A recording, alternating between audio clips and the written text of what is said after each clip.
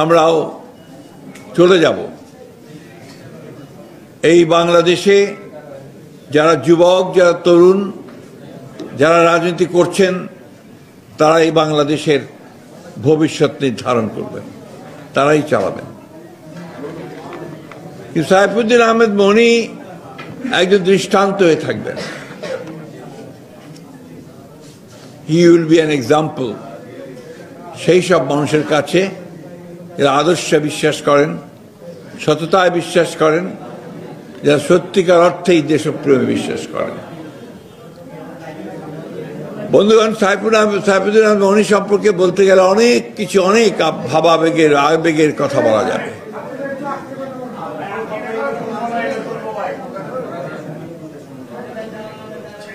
ফরহাদ সাহেব যখন আমাকে এই সভায় আসার জন্য আমন্ত্রণ জানান, আপনাদের সমস্যাটা কি? কথা শুনতে ইচ্ছা করছে না?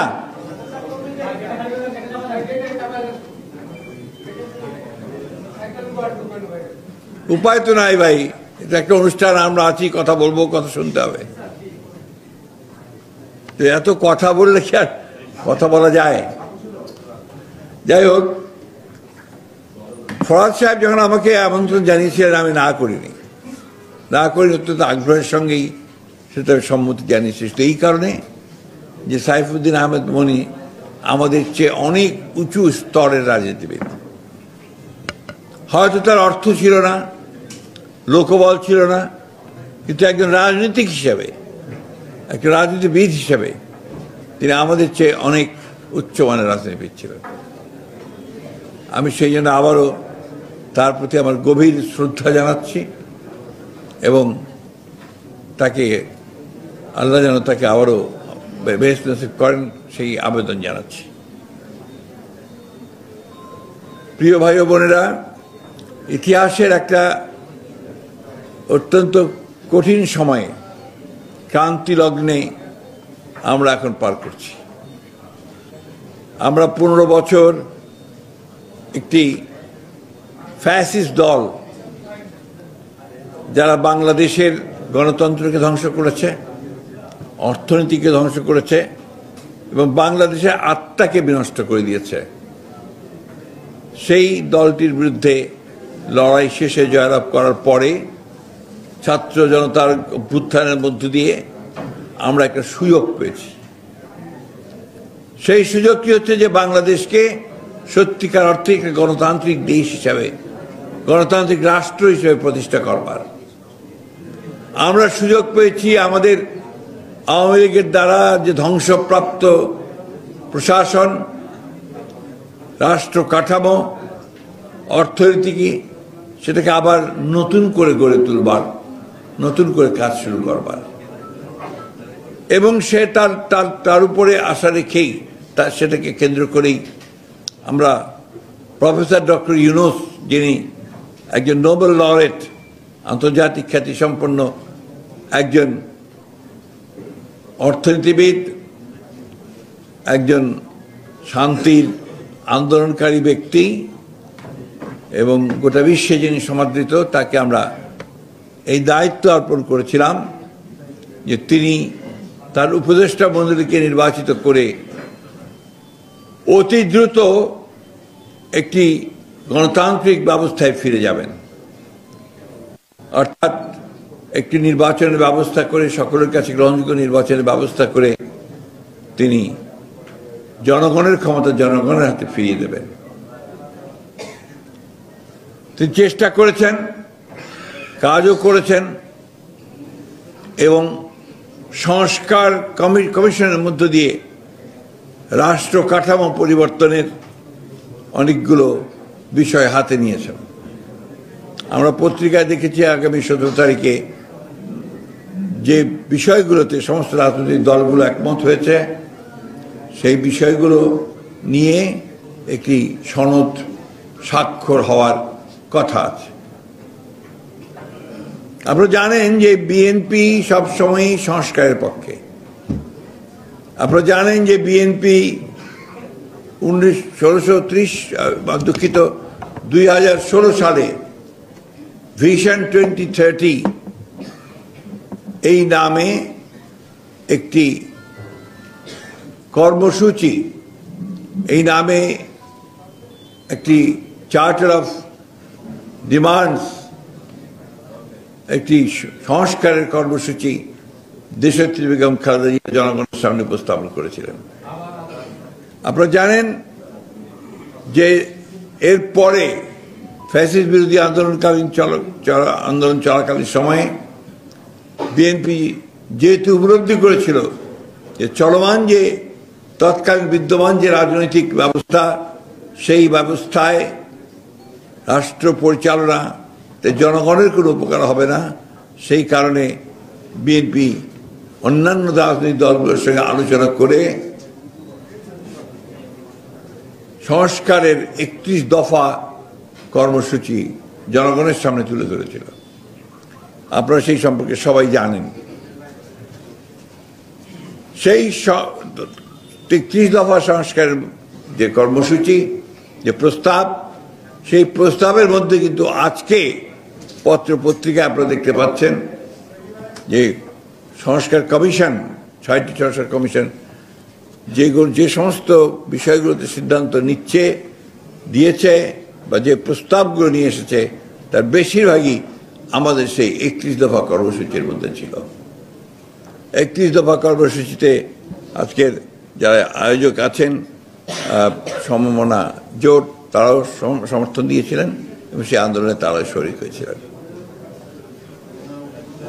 আজকে এই সংস্কারকে নিয়ে বিভিন্ন রকম কথাবার্তা দীর্ঘদিন ধরে হয়েছে, কারণ এর আলোচনা চলছে, এগুলো নিয়ে ডিসকাশনস হচ্ছে, রাজনৈতিক দলগুলো কথা বলছে, সব মিলিয়ে শেষ পর্যন্ত একটা জায়গায় বোধহয় তারা আসতে পেরেছেন যেখানে তারা আগামী 17 তারিখে এই সনদের স্বাক্ষর করবেন, যেগুলো বিষয়ে একমত হয়েছেন সেই বিষয়গুলো নিয়ে। আর যে বিষয়গুলো একমত হওয়া যায়নি সেগুলো নিয়ে রাজনৈতিক দলগুলো জনগণের সামনে তারা নির্বাচনের সময় ম্যানিফেস্টো আকারে যাবেন এবং জনগণের কাছ থেকে সেটার যে তাদের মতামত, ম্যান্ডেট, সেটা আদায় করার চেষ্টা করবেন। বন্ধুগণ, এই নিয়ে অনেক কথা হয়েছে, আমি এই কথাগুলো বারবার বলতে চাই না, বলে আবারও জাতিকে ভারাক্রান্ত করতে চাই না। আমরা সবসময় সংস্কার পক্ষে ছিলাম, যদিও আমাদের বিরুদ্ধে প্রচুর প্রচারণা চালানো হয়েছে, এখনো হচ্ছে যে আমরা নাকি আপনার সংস্কারের বিরুদ্ধে। এটা খুব পরিষ্কার করে বলে দিতে চাই, আপনারা জানেন যে সংস্কারের মধ্যেই বিএনপির জন্ম হয়েছে। বিএনপির প্রতিষ্ঠাতা শহীদ প্রেসিডেন্ট জিয়া রহমান, তিনি একদলীয় শাসন ব্যবস্থা থেকে বহুদলীয় শাসন ব্যবস্থা প্রতিষ্ঠা করে বিএনপির জন্ম দিয়েছিলেন, নিশ্চয়ই মনে আছে আপনাদের। এই যে মিডিয়ার স্বাধীনতা, এটাও শহীদ প্রেসিডেন্ট জিয়া রহমানের ওই সময় দেওয়া। পরবর্তীকালে প্রেসিডেন্সিয়াল ফর্ম অফ গভর্নমেন্ট থেকে পার্লামেন্টারি ফর্ম অফ গভর্নমেন্ট নিয়ে আসা দেশনেত্রী বেগম খালেদা জিয়া করেছিলেন।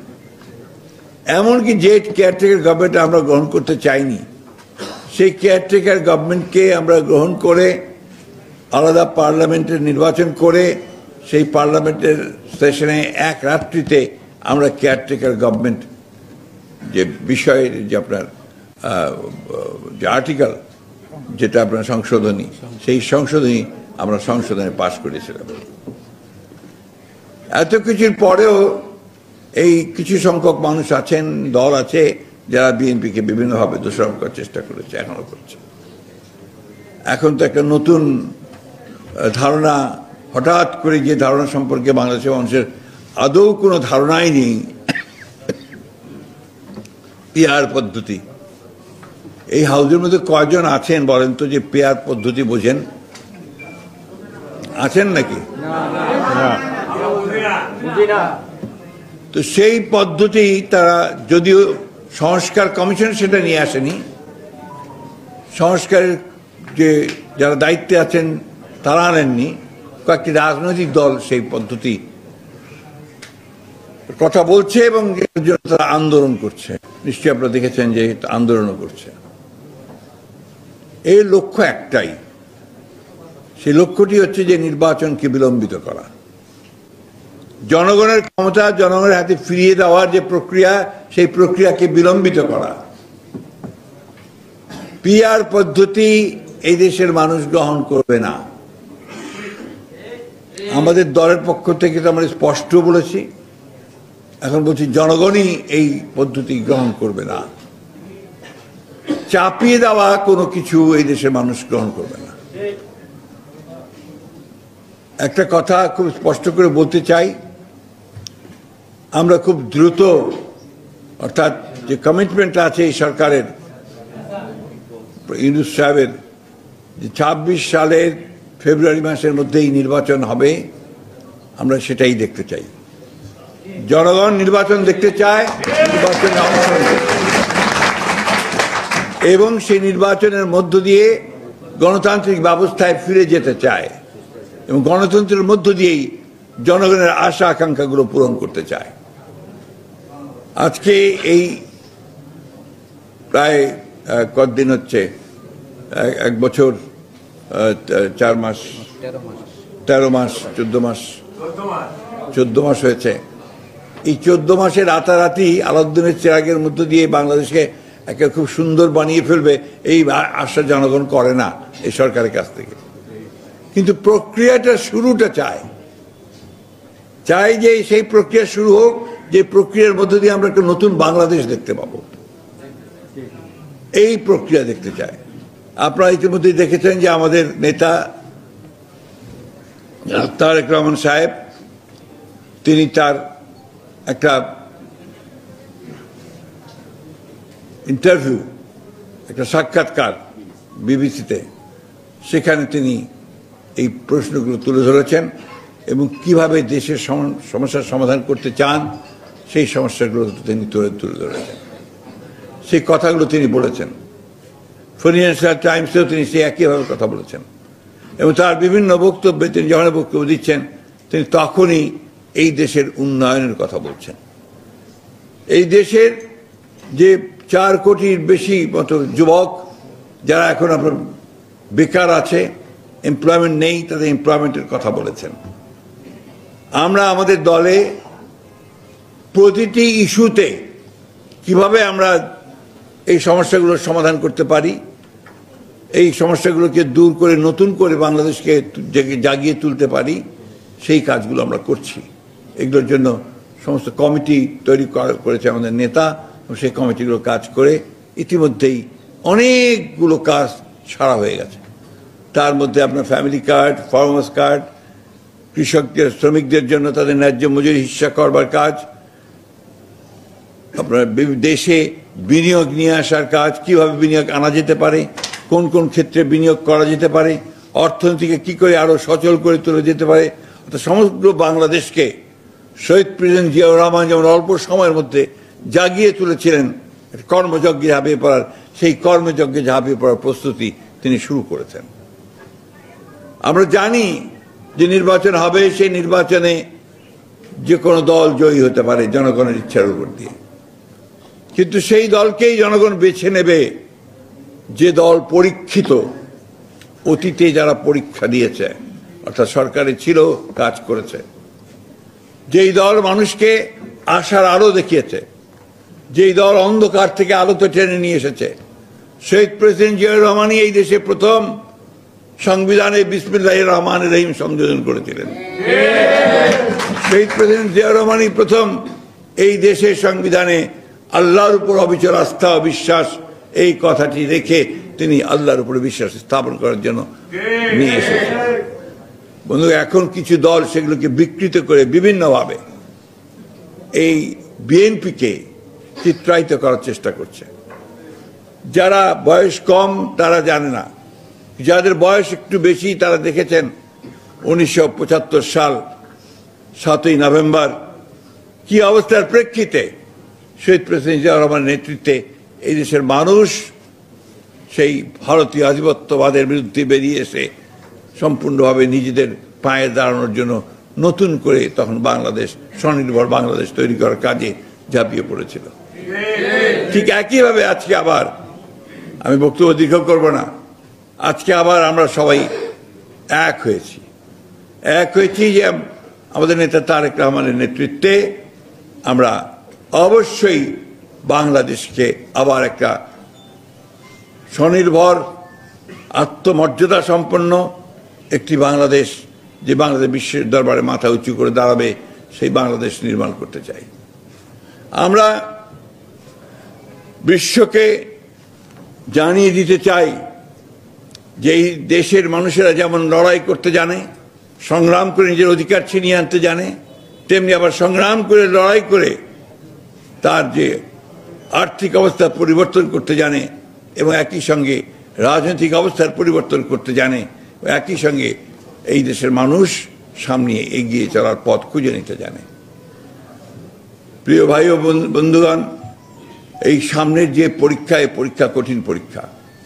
প্রতিদিন আপনাদের এই ইউটিউব, টেলিভিশন, আপনার সোশ্যাল মিডিয়া, এগুলোতে বিভিন্ন রকম সত্য মিথ্যা অপপ্রচার চালিয়ে যাওয়া হচ্ছে।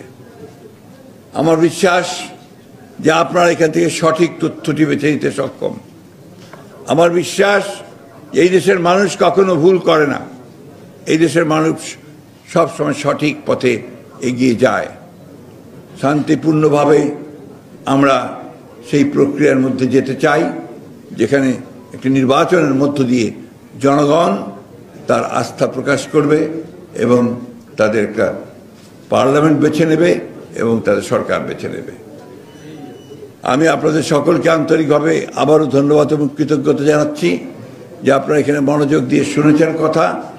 শুধু একটা কথা আপনাদেরকে আবার অনুরোধ করব, যে সুযোগ আমরা পেয়েছি বাংলাদেশকে নতুন করে একটা গণতান্ত্রিক রাষ্ট্র হিসেবে গড়ে তুলবা, সেই সুযোগ যেন আমরা না হারাই। আরেকটি কথা আছে, এই কথাটা খুব জরুরি। কিছু সংখ্যক মানুষ চেষ্টা করে আমাদের 1971 সালের ইতিহাসকে ভুলে যেতে। এটাও সবসময় মাথায় রাখতে হবে। 71-এ যুদ্ধ হয়েছিল বলে আমরা স্বাধীন হয়েছিলাম, স্বাধীন হয়েছিলাম বলেই আজকে আমরা নতুন রাষ্ট্রের নতুন চিন্তা করতে পারছি। স্বাধীন হয়েছিলাম বলেই কিন্তু আমরা আজকে এই বাংলাদেশকে, বাংলাদেশের মানুষের অবস্থার পরিবর্তন করবার যে সংগ্রাম, সেই সংগ্রামে অংশ নিতে পারছি। তখন আমাদের বয়স, আমরা তখন যুবক, আমরা লড়াই করেছি, যুদ্ধ করেছি। আমাদের মধ্যে এখানে অনেকে আছেন যারা সেই যুদ্ধে অংশ নিয়েছিলেন। আমাদের মধ্যে অনেকে আছেন যারা পরবর্তীকালে গণতান্ত্রিক আন্দোলনগুলোতে অংশ নিয়েছেন। এই 24-এও অংশ নিয়েছেন, 24শে জুলাইয়ের অংশে। আমরা সবাই এই যুদ্ধগুলোতে অংশ নিয়েছি। শুধু একটা মাত্র লক্ষ্য, যে আমরা বাংলাদেশকে সত্যিকার অর্থেই একটি গণতান্ত্রিক সমৃদ্ধ একটা বাংলাদেশ হিসাবে গড়ে তুলতে চাই। সেই কথাটি মাথায় রেখে আমরা যেন সামনের দিকে এগিয়ে যাই। অনেক ষড়যন্ত্র আছে, চক্রান্ত আছে, সমস্ত ষড়যন্ত্র চক্রান্তকে পরাজিত করবার শক্তি বাংলাদেশের মানুষের আছে।